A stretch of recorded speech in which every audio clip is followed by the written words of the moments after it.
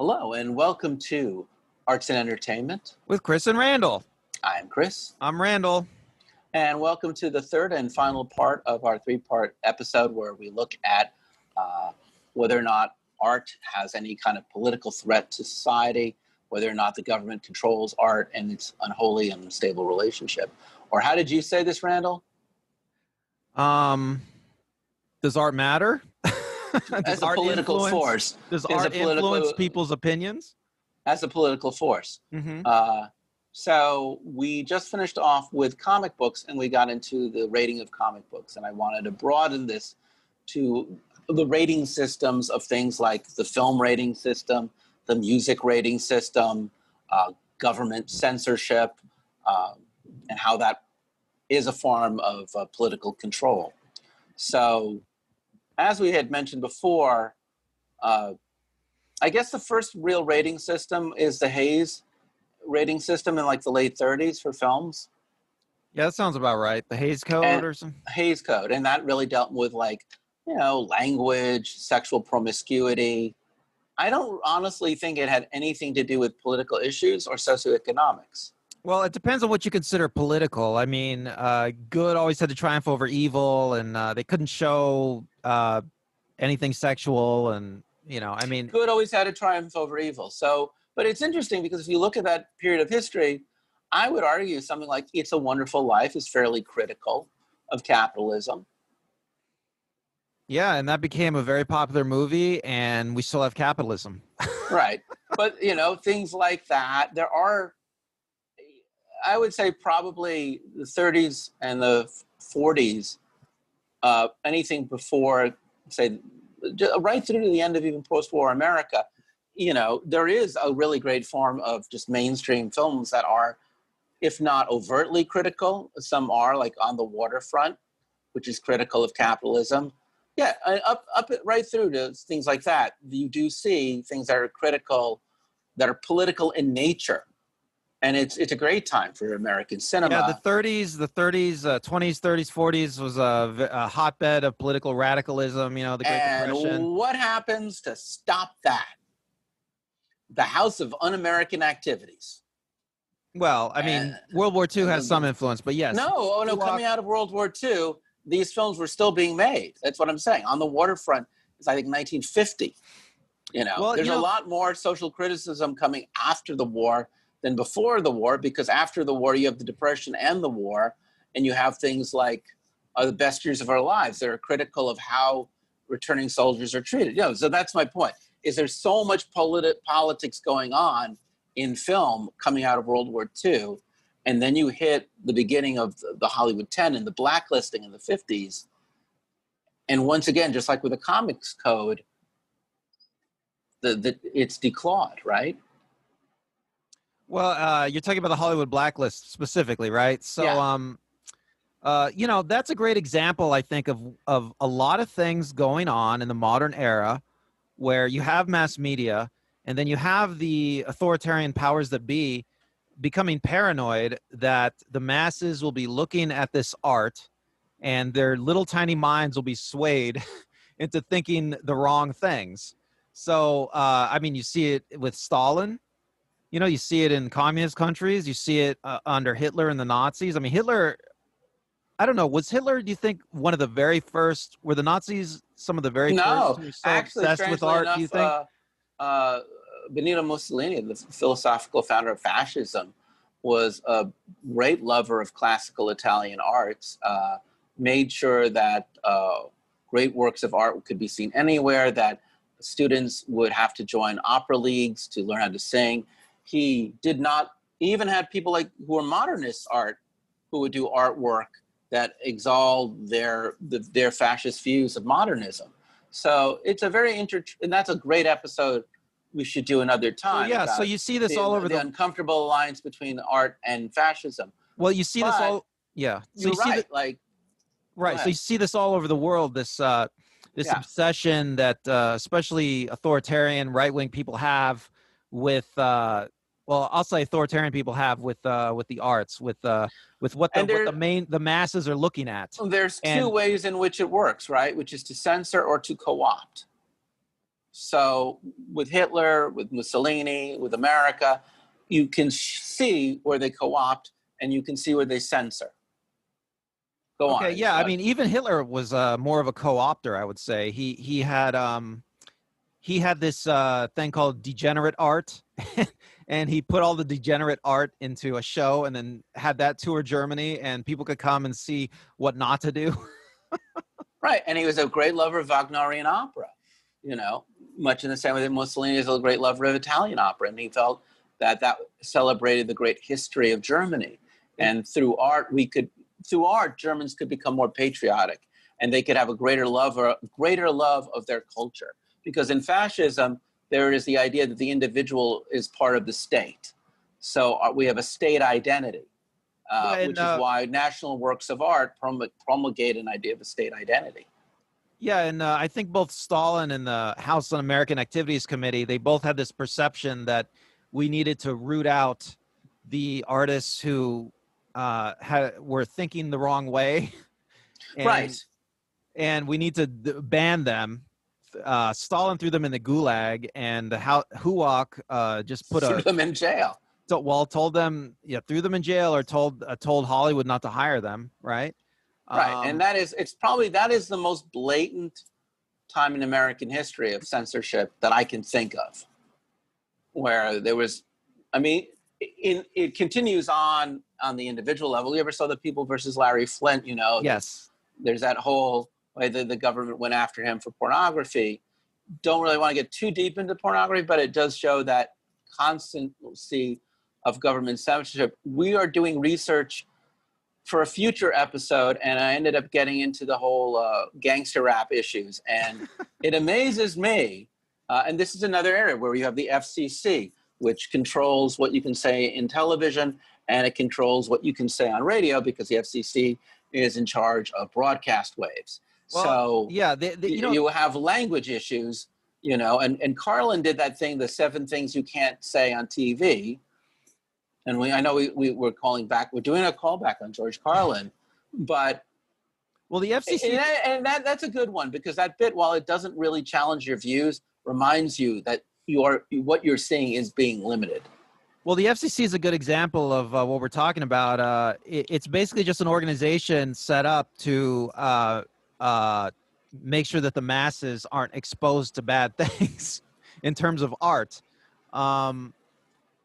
So authoritarians, lots of people, right? Lots of people have an obsession in the modern world of people being exposed to the wrong art. And I guess we're both making the argument that it doesn't really matter, right? I mean, this is just a paranoia. I just want to explore it a little bit more before we make that judgment, because, you know, we'll talk about it in a whole other episode, but I was just watching Straight Outta Compton, and they show how they were not allowed to sing this song called Fuck the Police.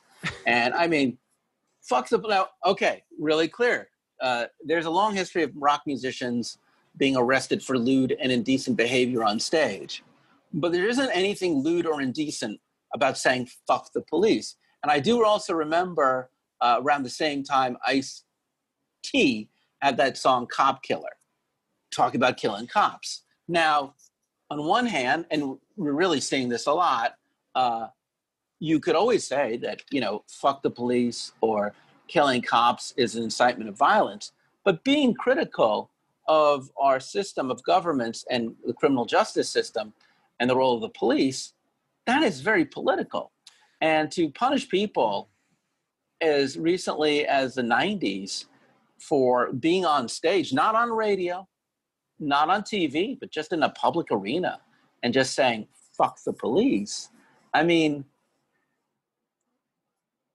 it shows you the fear that exists, that even in the modern era, of incendiary words that are political, even if inherently, as you say, they don't change anything. Well, I think we're both making the argument that art is or you've said art is like a safe space. I think it's more like a sandbox, but either way, I mean, it's like, it's a space where you can fantasize, right? And you look at Ice-T and NWA, and have either of them in either of these organizations, you know, any Ice-T's former bandmates even, have any of these people killed any police? No. No, and it's Have they interesting attacked too any because police? No. Ice-T you look. plays a cop on TV, right? All right, that's actually Ice-T went from doing cop killer to Ice Cube did fuck the police. I just want to be very clear. Let's not get our ISIS confused.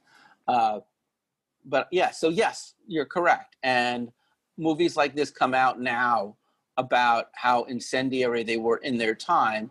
And then we go, yeah, but they're not incendiary anymore. And when you see protest singers on protest marches, they always sing the same old protest songs.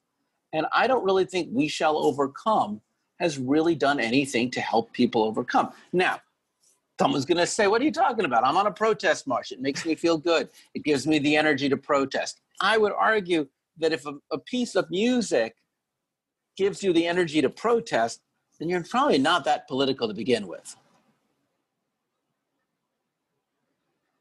Wow, that's really strong, Chris. I don't know. But I want to get into this because this is really a big bone for me. Because whereas I know you talked a lot about the power of censorship, I'm more concerned about baldrization or self-censorship and co-optization. And the song that, and I did a lot of research. This thing really is, we're really going to now deal with 2 case studies. And this is the one that I really think is so telling about our society and about the role of the artist. Almost everybody in America, when they're in summer camp, when they're in middle school, they learn this song called This Land Is Your Land. You know that song, Randall? Yes, of course. And you remember learning it as a child, I'm assuming? Yes. Right. So, you know, we all know the chorus, and it goes, this land is your land, this land is my land, from the Californias to the New York Islands. Right. I'm not a great singer, and this is me trying very hard. But it was written by Arlo Guthrie. And when you hear the song as a kid, what do you think the song's about?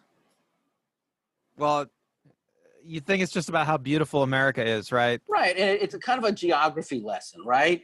It's just, it basically, it's a geography lesson about all the different parts of America. And when you think about like it meaning this land was for you and me, doesn't it just mean like what? It just means that, hey, come out, and it's almost like a tourism commercial, isn't it? That's right. That's right. Right. Like this land, hey kids, you want to go anywhere, you want to go anywhere. So anyway, the original lyrics have a few different verses, and I want to read them to you because I did not discover this. Actually, I discovered it, strangely enough, reading an issue of The Incredible Hulk in the late 80s. But it blew my mind because there's a couple verses. I'm going to read them to you. And it goes, there was a big high wall there that tried to stop me. Sign was painted. It said private property. But back on the backside, it said nothing. This land was made for you and me. Meaning you walk right past that sign. And then another line, nobody living can ever stop me as I go walking that freedom highway. Nobody living can ever make me turn back. This land was made for you and me. In the squares of the city, in the shadow of the steeple, by the relief office, I'd see my people. And as they stood there hungry, I stood there asking, is this land made for you and me? Could you imagine if we had learned those lines as children? Especially that last question, how incredibly different that song would become. Well, and then the teacher would have to explain what that stuff meant. I mean, Yeah, and it asks the question: is this land made for you and me? You know, this is clearly a song about capitalism, about starvation, about the denial of public lands, about private property, and that we should walk past that sign and disregard it. That we should support the relief office, or at least it's part of our lives that people are hungry. This song has been bubbling around protests. It's been bubbling around. In 2009, Bruce Springsteen and Pete Seeger sang this song at one of the many parties for the Obama inauguration. And Seeger insisted that these verses be returned. But even Seeger had to compromise. So the last line was, as I said before, the line was changed from The relief office verse, the final line was changed from "this land was made for you and me" to "this side was made for you and me." And the latter's third and fourth lines, "as they stood hungry, I stood there whistling. This land was made for you and me," from the original lyrics was changed to "as they stood there hungry, I stood there asking." So basically, they changed the meaning. I did it wrong from "is this land made for you and me" to "this land was made for you and me," an affirmation. And that seems like, well, that's really cool. But really what it's saying is, see, Obama, he represents our beliefs. He is a capitalist, but hey, he is going to govern like a Marxist, a socialist. He's going to be the people's president. And Obama was not the people's president.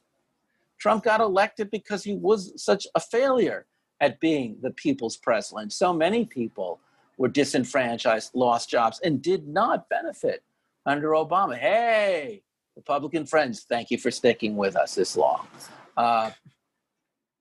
And therefore, I feel like the self-censorship, the censorship, the vulgarization of this song is worse than censorship. Because if this song had simply been treated like "fuck the police," a song you're not allowed to say on the radio, a song you could get arrested for, it would have been so much, at least it would have preserved the political integrity, as opposed to taking it and converting it into something that actually serves authoritarians.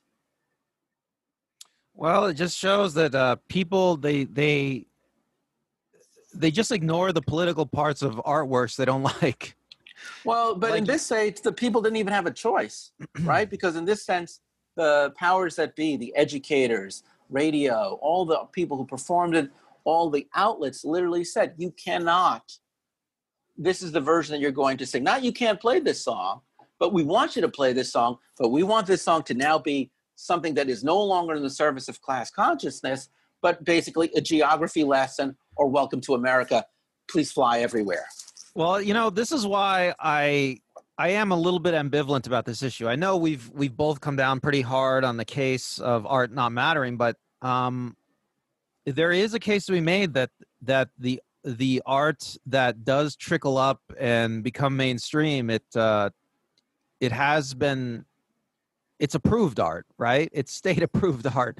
It's state approved art, and that country and Western, in my opinion, has now gone from being something that was folkish, that was about being poor, suffering, to something now that has just become jingoistic. Which is why at Republican conventions you now hear a lot of country music. I don't really think you would have heard a lot of Hank Williams Sr.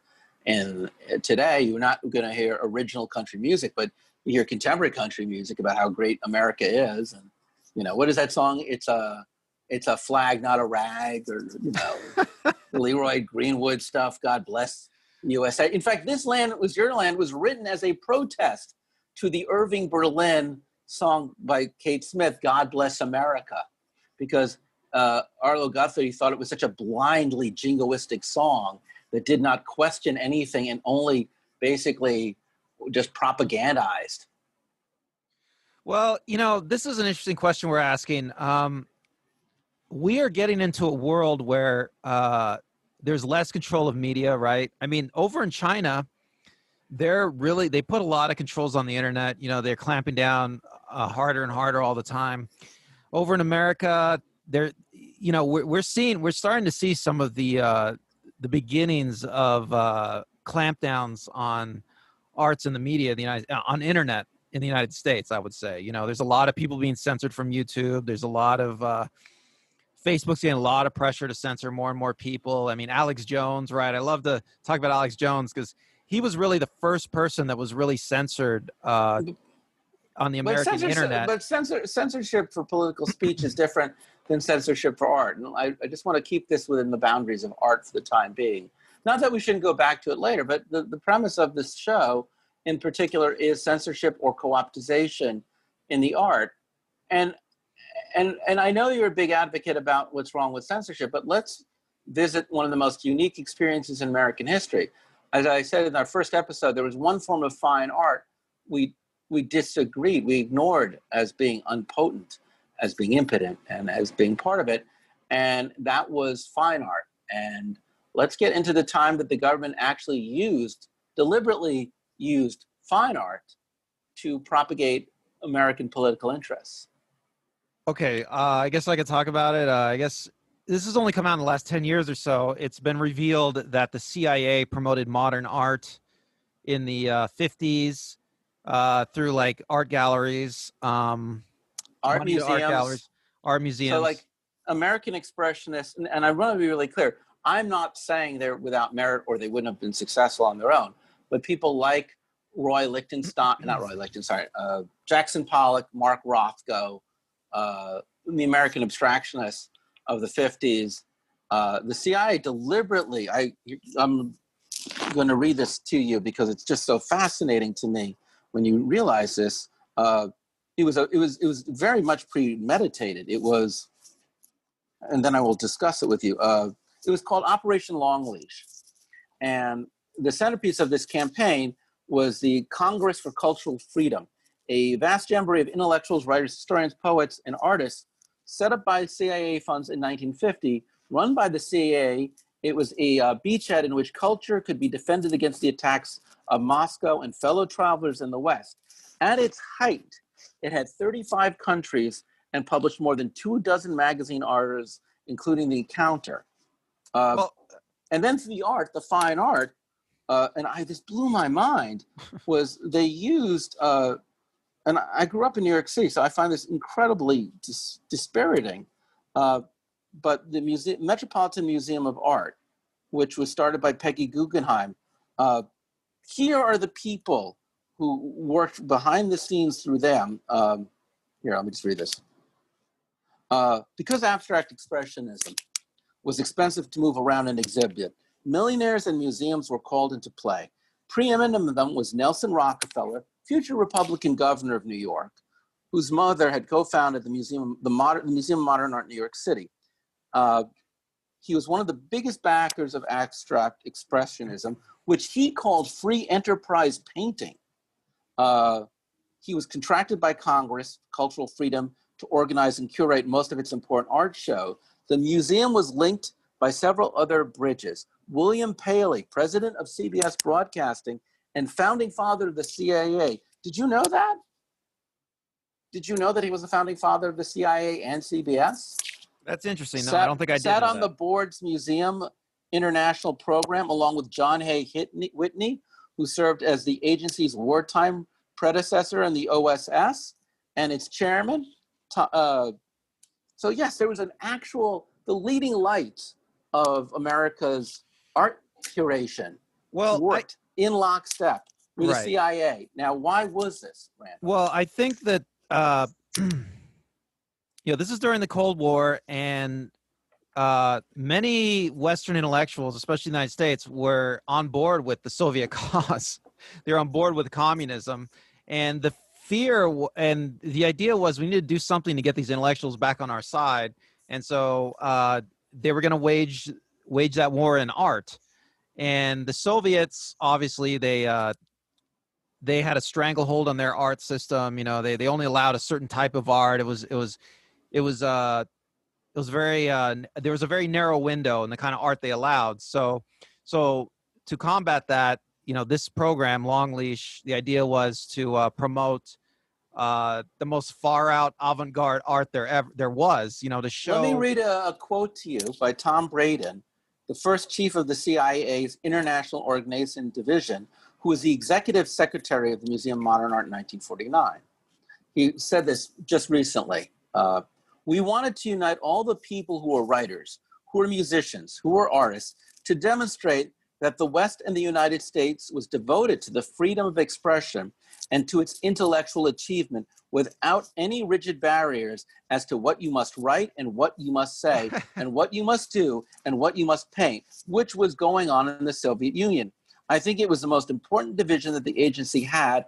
I think that it played an enormous role in the Cold War. Hey, the irony behind that operation is that the United States government had just implemented the comic book code and started the Hollywood blacklist. Artists, and at the time that this was going on, Harry Truman, who was president, said, if this is what is art, then I'm a Huguenot, which, by the way, makes no sense. Hottentot, Hottentot, saying a Hottentot, right? Which is racist, actually, I think. But really? Oh. then Yes. thank you for educating me on that one. But that's my point, is that this was a time where the CIA was clever enough to know that mainstream Americans might just be in their camp, but they needed everybody to win, because they understood that the intellectuals, the highest members of our society, they have the education, they have the money, they have the greatest access to how this country will go. And to use their own art against them, or to propagate internationally that American art, because of its apolitical stance, could defeat Soviet art for its political, because the Soviets were propagators of what was called social realism. And while it looks very silly today to look at these big Promethean figures, who are farmers or soldiers with their plowshares and their weapons, same with communist China, use the exact same aesthetic. Social realism, when done well, does question the economic structures of a society. Theoretically, yes. I mean, but it just, all this really goes to show just how obsessed authoritarians are with art. I mean, they really think that the people in the CIA, they really think that they need to wage an art war against the Soviet Union. And honestly, Chris, I mean, when I first discovered this is years ago, I first discovered this, but tell me what your reaction is now, because you just found out about this. But I just thought it was just ridiculous. I mean, they really think that this will do anything, that it'll influence people's opinions. I just think these people are just, they're crazy.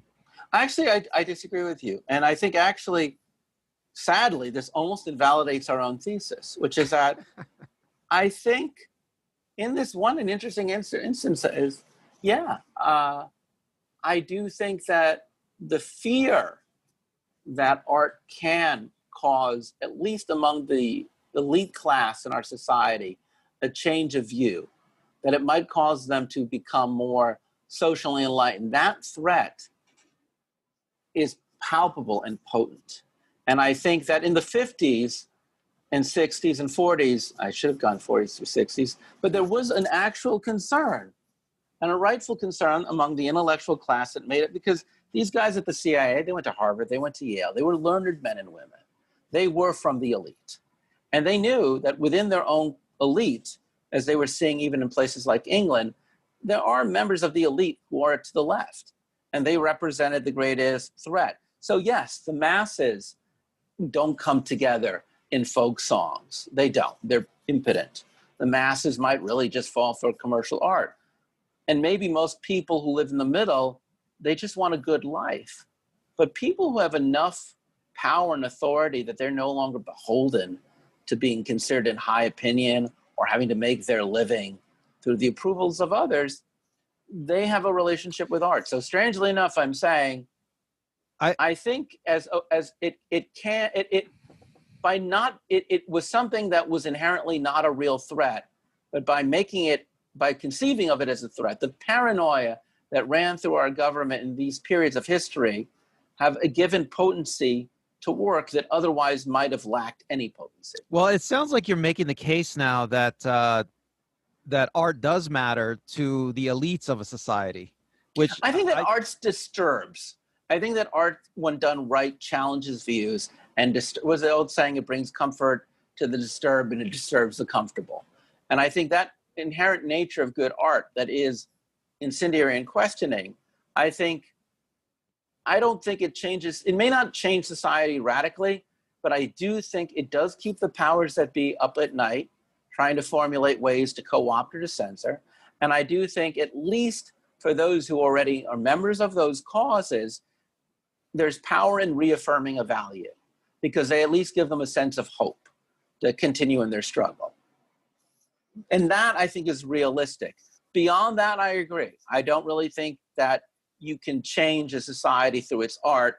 I think those are the only two things it does. But those impacts cannot be discounted as insignificant, but I just think they're much more subtle. You know, this is an interesting argument, because imagine a scenario where even today, like China, let's say China wants to undermine the United States somehow, although this would be more relevant in the Cold War era, where, say, USSR wanted to undermine the United States, and they produce a movie about the United States that, I don't know, makes people in the United States want to hate the United States. I mean, try to imagine such a scenario where China tries to make a movie where it makes people in the U.S. hate our country and love China. I mean, doesn't it seem ridiculous to you, such a Well, scenario? weirdly enough, in that hypothetical scenario, it'd be okay because we don't criticize China in our mainstream films, so we can be shown in the Chinese market. But if you wanted to make a film that made fun of America but praised China, it may not do well at the box office. It might incite people who are cultural conservatives.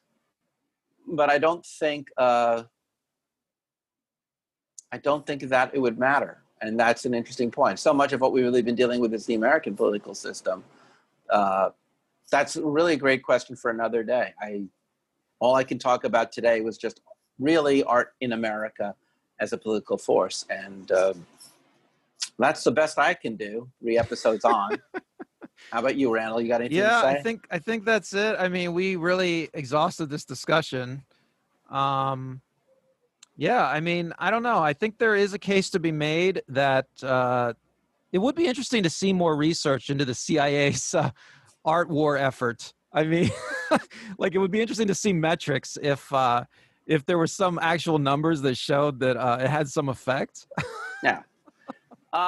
I mean, I would be curious to see that. I would be curious, and hopefully more things will be end up in the files as history goes on. So this was I would argue, a very alienating episode where Randall and I we stated our opinions.